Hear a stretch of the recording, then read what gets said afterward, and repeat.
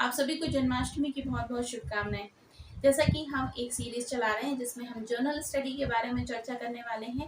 जो journal study का paper हमें यूजीसी नेट के लिए और यूपीएचएससी जो 2022 असिस्टेंट प्रोफेसर का एग्जाम निकला हुआ है उसके लिए इम्पोर्टेंट है ना। तो एक हमारा जो क्लास है वो हो चुकी है जिसमें हमने बात करी थी शिक्षण की प्रकृति के बारे में। आज हम बात करने वाले हैं शिक्षण को जो प्रभावित करने वाले कारक हैं उसके बारे में। जो फैक्टर्स हैं जो टीचिंग को इन्फ्लुएंस करते हैं या प्रभावित करते हैं, इफेक्ट करते हैं, उसके बारे में हम डिस्कशन करेंगे। ठीक है, तो अगर आपने वो वीडियो नहीं देखा है तो प्लीज़ देखिएगा। आपको डिस्क्रिप्शन बॉक्स में उसकी लिंक मिल जाएगी, साथ ही साथ में आई बटन में भी उसकी लिंक आपको मिल जाएगी। चलिए स्टार्ट करते हैं आज का वीडियो। दिस इज मोनिशा और आप देख रहे हैं सेल्फ लर्निंग। देखिए, टीचिंग को जो प्रभावित करने वाले कारक हैं वो 3 प्रकार के होते हैं।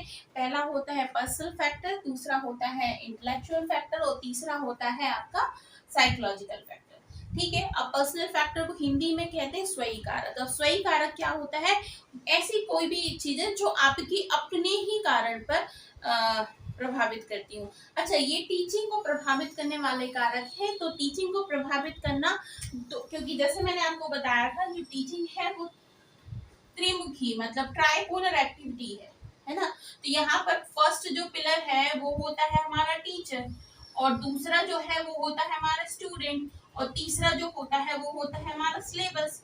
तो यहाँ पर सिलेबस तो चलिए ठीक है, लेकिन अगर इन दोनों जो हमारे पिलर्स हैं अगर इनमें किसी भी तरीके की कोई भी प्रॉब्लम होगी तो टीचिंग इफेक्ट करेगी, है ना। अगर ये दोनों ही चीजें बहुत परफेक्टली काम कर रही हैं, टीचर भी अच्छे हैं, स्टूडेंट्स भी अच्छे हैं, तो टीचिंग की जो प्रोसेस है वो बहुत अच्छी होगी। लेकिन परफेक्ट कंडीशन हमेशा नहीं होती है।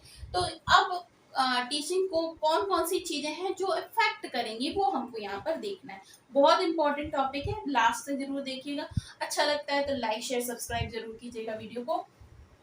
पर्सनल जो फैक्टर है उसको कहते हैं स्वयं कारक। इसके अंतर्गत आता है family, school, family status, environment. देखिए, अब ये दोनों के ही लिए है, टीचर के लिए भी और स्टूडेंट के लिए भी। अगर फैमिली बैकग्राउंड अच्छा है, बच्चे का जन्म अच्छी जगह हुआ है, जो शिक्षक जो पेरेंट्स हैं वो बहुत अच्छे हैं, मतलब एजुकेशन के लिए अवेयर हैं, तो स्टूडेंट का एजुकेशन भी अच्छे से होगा, क्योंकि प्राथमिक पाठशाला तो उसका घर ही होता है।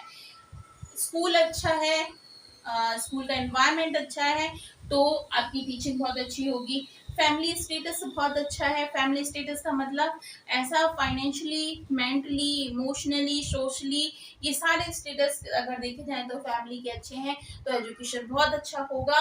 एनवायरनमेंट, जिस जगह पर टीचिंग हो रही है, जिस जगह पर स्कूल खुला हुआ है, वहाँ पर एनवायरनमेंट बहुत अच्छा है, तो भी आपकी टीचिंग बहुत अच्छी होगी। ठीक है, दोनों ही कारक हैं इसमें, स्टूडेंट के लिए भी और टीचर के लिए भी। जैसे अगर स्टूडेंट की फैमिली अच्छी है तो वो अच्छे से पढ़ेगा, उसको पढ़ाई की इम्पोर्टेंस पता होगी, है ना। और अगर टीचर की फैमिली अच्छी है तो वो अच्छे से पढ़ाएगा, जिस तरीके से उसको पता है कि उसका एजुकेशन कितना इम्पोर्टेंट रोल अदा किया था उसकी ज़िंदगी के लिए, तो जो भी उसके स्टूडेंट होंगे उसको भी वो बहुत अच्छे से एजुकेशन देगा। स्कूल जहाँ पर है उसको पूरी तरीके से फुलफिल कर रहा है, जो भी टीचर की साथ ही साथ में स्टूडेंट की जो भी डिमांड्स है उनको फुलफिल कर रहा है, तो स्कूल का एनवायरनमेंट बहुत अच्छा होगा और एजुकेशन का स्तर भी बहुत अच्छा होगा।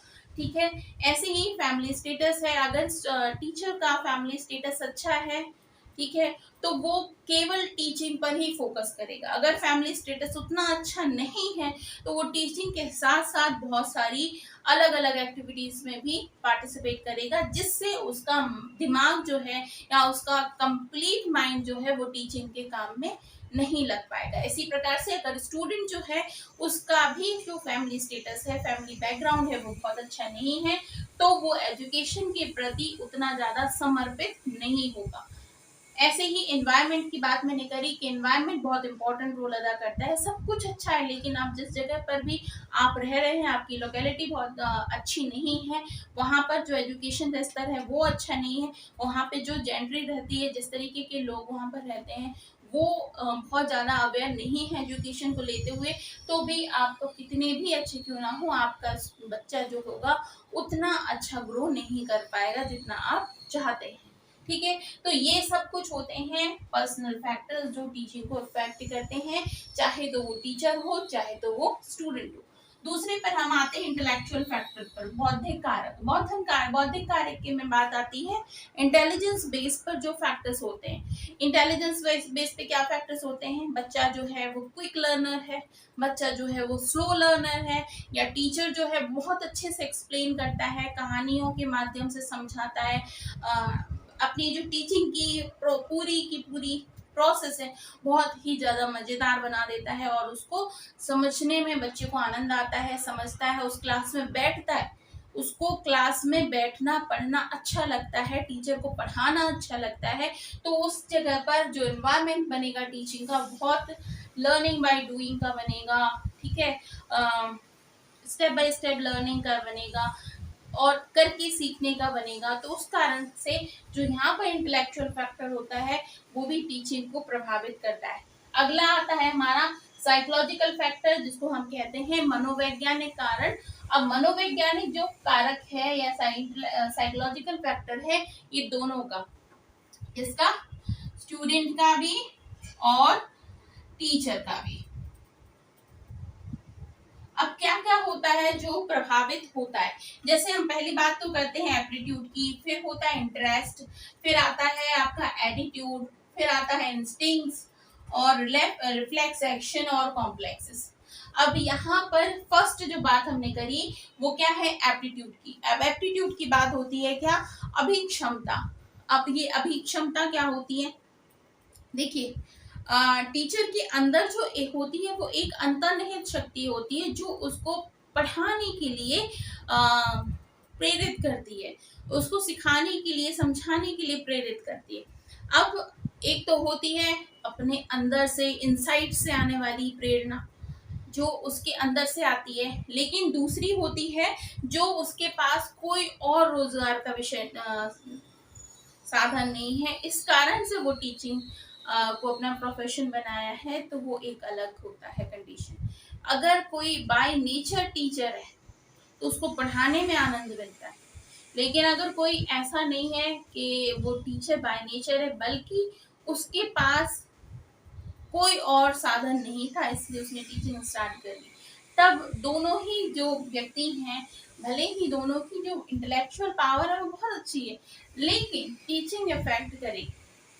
अगर कोई व्यक्ति है जो कि बनना तो चाहता था कि वो इंजीनियर बन जाए, डॉक्टर बन जाए, बिजनेसमैन बन जाए या कुछ और बन जाए, लेकिन उसके बाद उसके पास कोई और ऑप्शन नहीं बचा, तो उसने किस काम को अपनाया, टीचिंग के।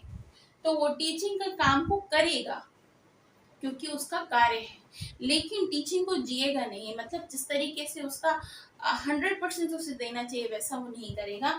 इस कारण से जो अभिक्षमता है, एप्टीट्यूड है, अभिरुचि है, वो प्रभावित करती है टीचिंग। नेक्स्ट हमारा जो है इंटरेस्ट। इंटरेस्ट का मतलब फिर से वही बात आ जाती है, इंटरेस्ट जिसमें आपकी रुचि होती है। अगर टीचर की पढ़ाने में रुचि है तो वो कठिन से कठिन, क्लिष्ट से क्लिष्ट विषय को भी बहुत अच्छे से समझा देगा, बहुत अच्छे से पढ़ा देगा। लेकिन अगर नहीं है तो वो एज इट इज अपना सिलेबस कंप्लीट करेगा, दैट्स इज, उसको और कुछ मतलब उससे नहीं रहेगा। तो टीचर की इंटरेस्ट होनी चाहिए टीचिंग। नेक्स्ट आता है एटीट्यूड। अब एटीट्यूड को क्या कहा जाता है, अभिवृत्ति, है ना। अभिवृत्ति में क्या होता है कि अगर हमारी रुचि है, हमारा अंदर से इच्छा हो रही है, हमारा जो पूर्णता, हमारा एक पर्सनालिटी है वो टीचिंग के जैसी है, हम अपने अंदर के से जो ज्ञान निकलता है उसे बाहर एक्सप्रेस करना चाहते हैं, समझाना चाहते हैं, तो बहुत अच्छे से एक्सप्रेस करेंगे। लेकिन अगर सिर्फ इस वजह से फोर्सफुली हमें वो काम करना पड़ रहा है तो उधर पर ये काम नहीं हो पाएगा। इसलिए वहाँ पर जो एटीट्यूड है वो कैसा हो जाएगा, नेगेटिव हो जाएगा। मतलब आप अपने स्टूडेंट के साथ में कंफर्टेबल नहीं रहेंगे, उसके साथ उसकी जो क्वेरीज होंगी उसको सॉल्व नहीं करेंगे, उसको सॉल्व करने की बजाय उसे डांटेंगे, पनिश करेंगे, तो इस तरीके का आपका एटीट्यूड यहाँ पर हो सकता है अगर आपका इंटरेस्ट और आपका एप्टीट्यूड जो है वो टीचिंग में नहीं है। नेक्स्ट आता है इंस्टिंक्ट्स। अब इंस्टिंक्ट्स में क्या चीज आती है जिसको कहा जाता है मूल प्रवृत्तियां। मूल प्रवृत्तियां में कुछ जो मेन है वो कहलाती हैं। पहली तो आती है आपकी जिज्ञासा। जिज्ञासा का मतलब क्या होता है? नई नई चीजें सीखने की इच्छा, जिसको हम कहते हैं क्यूरियोसिटी। जब आपके अंदर क्यूरियोसिटी होती है नए नॉलेज को गेन करने की, समझने की, सीखने की, तो आप उतने ही अच्छे से बच्चे को सिखा पढ़ा समझा सकते हो। ठीक है। इसके बाद में आता है साहस, इस घृणा और जिसको कहते हैं फियर, जिसको कहा जाता है भय, जो नेगेटिव भी होता है और पॉजिटिव भी हो जाता है। ये हमारे जो मन की हैं वो मूल प्रवृत्तियां हैं, इनसाइट्स हैं, इंस्टिंक्ट्स हैं। अगर ये पॉजिटिवली काम कर रही हैं तो आपकी जो टीचिंग है वो बहुत बेहतर होगी, लेकिन अगर नेगेटिवली काम कर रही हैं तो आपकी टीचिंग अच्छी नहीं होगी। इसके साथ साथ में आ जाता है, नेक्स्ट आ जाएगा कॉम्प्लेक्सेस। कॉम्प्लेक्सेस और रिफ्लेक्स एक्शन, यहाँ पर आती हैं भावना ग्रंथियाँ। अब जैसे मान लेते हैं कोई जो टीचर है वो बहुत ही ज़्यादा इमोशनली डिस्टर्ब है या इमोशनली स्टेबल नहीं है और उसके बाद वो टीचिंग कर रहा है, तो उसमें क्या होगा, उसकी बहुत जल्दी जल्दी उसके अंदर एंजाइटी आएगी, उसके अंदर बहुत जल्दी बच्चों के क्वेश्चंस देख के, बच्चों की जो शरारतें होती हैं उसको देख के उसके अंदर क्या आएगा, गुस्सा आएगा, एंजाइटी आएगी, जिसके कारण से वो स्टूडेंट को पढ़ाने में, सिखाने में, समझाने में असफल रहेगा और साथ ही साथ में स्टूडेंट्स उसके साथ में टीचिंग लर्निंग प्रोसेस में इन्वॉल्व नहीं होंगे। टीचिंग एक तरफा हो सकती है कि बच्चे को टीचर ने पढ़ा दिया और टीचर का काम खत्म हो गया, लेकिन बच्चे से पूछा गया आपको कुछ समझ में आया, तो बच्चा कहेगा हमें कुछ समझ नहीं आया। फिर बच्चे के पास क्या ऑप्शन होता है कि वो लर्निंग की बजाय किस पर जाए, रटने पर। ठीक है। और रटने पर जब अगर बच्चा जाता है तो उसकी सारी ही जो संभावनाएं होती हैं टीचिंग से संबंधित वो सभी खत्म हो जाती हैं। तो ये सारे फैक्टर्स थे जो टीचिंग को इफेक्ट करते हैं। आई होप आपको ये क्लियरली समझ में आ गया होगा टीचिंग को इफेक्ट करने वाले कारण क्या हैं। तो यहाँ पर जितनी भी फैक्टर्स मैंने आपको बताए हैं वो सारे फैक्टर जो हैं वो कहीं ना कहीं हर एक स्टूडेंट के मन में या हर एक टीचर के दिमाग में इफेक्ट तो डालते हैं।